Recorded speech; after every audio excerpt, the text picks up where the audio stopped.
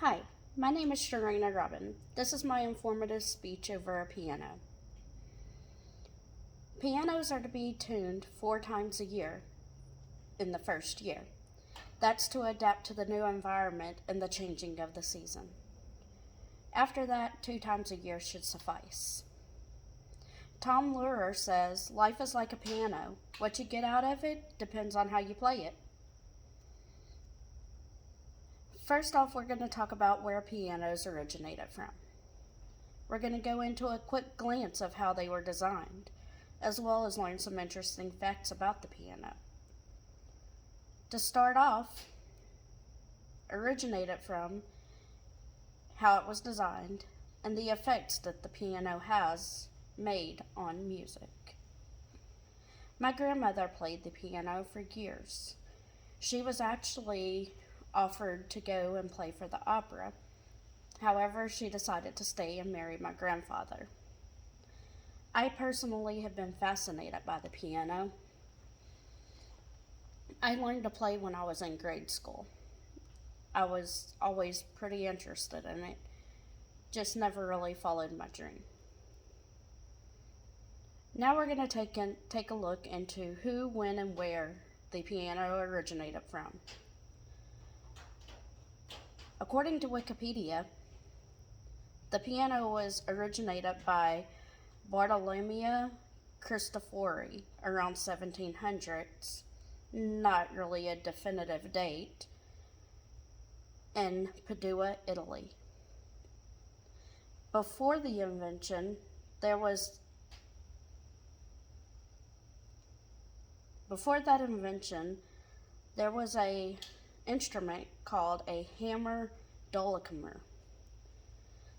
This instrument had strings attached across the wooden box that tuned different pitches, and you played it pretty much like a piano. Then there was the harpsichord, which also had strings, but it had a keyboard like a modern piano today. HoffmanAcademy.com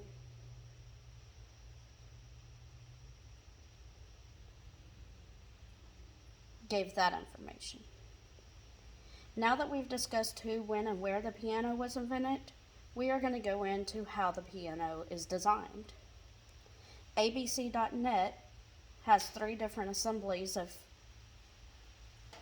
100 different parts that are involved in getting forced piano finger players. There's the key assembly, the wiping assembly, and the hammer assembly.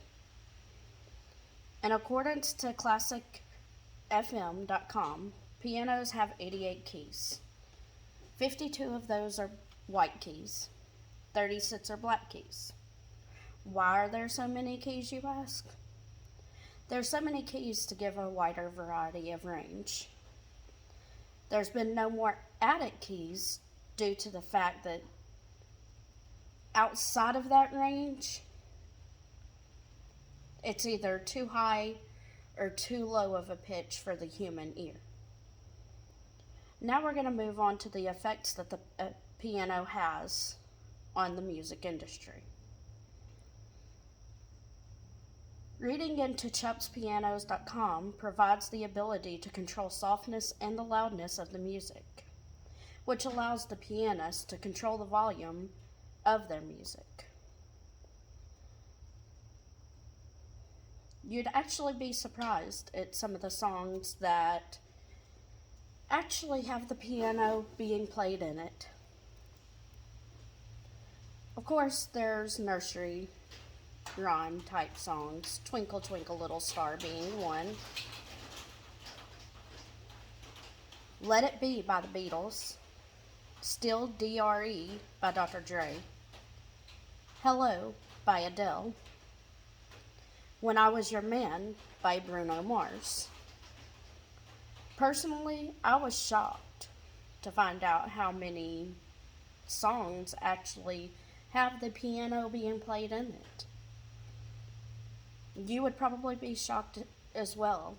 You can find a more definitive list, as I said, in the listed in the website above, nonamehiding.com. You can also find them on a few other lists. Just go ahead and Google songs that have the piano as an instrument in it. Sorry. So, today we have covered who, when, where the piano was invented, along with earlier and similar inventions. We did a quick glance into how the piano was designed, how many keys, whatnot. And finally, we end up with some effects of the piano in the music industry. Oscar Peterson says, "I believe in using the entire piano as a single instrument, capable of expressing possible music ideas. I believe that pianos kind of fall into their own little world. To me, the piano is definitely a magical instrument."